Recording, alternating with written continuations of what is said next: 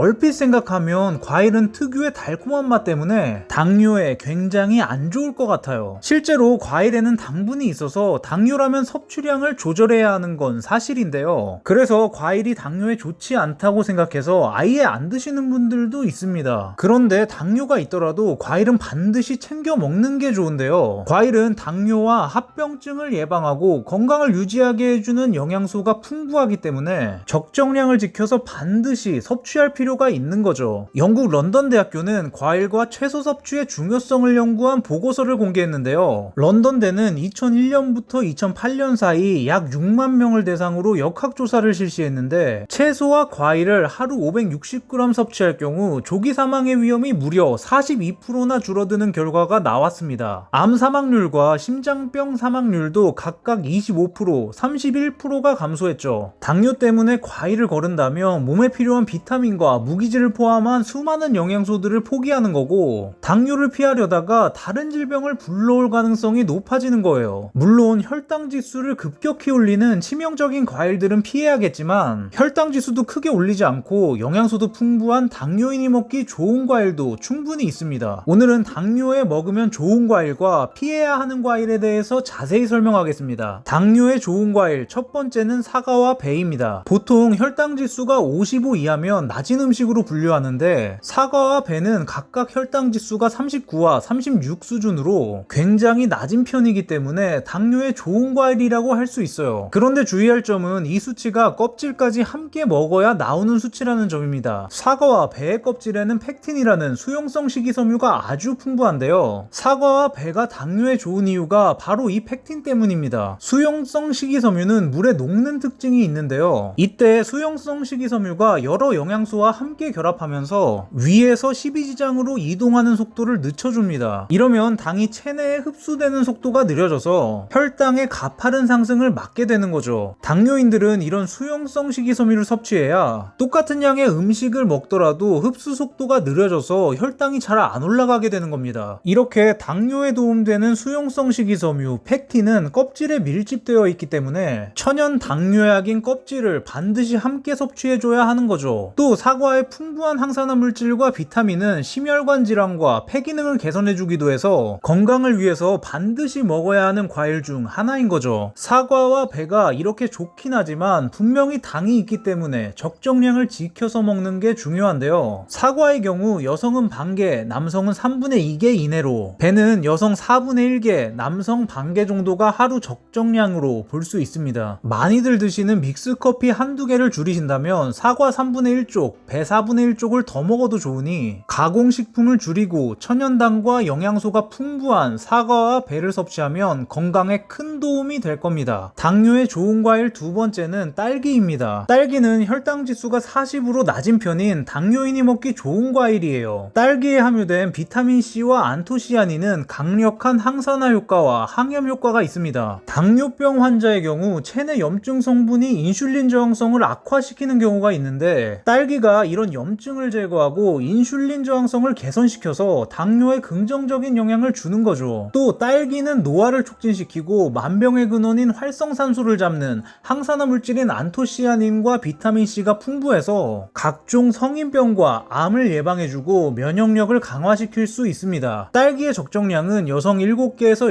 10개 정도, 남성 14개 정도인데 요즘에 나오는 당도를 높인 계량 딸기는 조금 더 줄여서 먹는 게 좋습니다. 당뇨에 좋은 과일 세 번째는 토마토입니다. 토마토 또한 혈당 지수가 30으로 당뇨에 먹기 좋은 과일인데요. 토마토는 당뇨가 있을 때 오는 여러 합병증을 예방하는 효능을 가지고 있습니다. 토마토에는 강력한 항산화 물질인 라이코펜이 있는데요. 이 라이코펜은 나쁜 콜레스테롤인 LDL이 혈액에 축적되는 것을 방지하고 혈관을 부드럽게 해서 혈류를 개선시켜주면서 심혈관계 질환을 예방해줍니다. 당뇨인이 일반인에 비해서 동맥경화 발병률이 4배나 높기 때문에 심혈관계 질환을 예방하는 토마토는 당뇨인이 잘 챙겨 먹어야 할 필요가 있는 거죠. 또 토마토에 풍부한 칼륨은 나트륨을 배출시켜서 일반인에 비해 2배 이상 발병률이 높은 고혈압을 예방해주게 됩니다. 토마토의 라이코펜과 비타민C의 강력한 항산화 효과로 각종 성인병 또한 예방해줄 수 있습니다. 토마토는 하루에 작은 것 2-3개,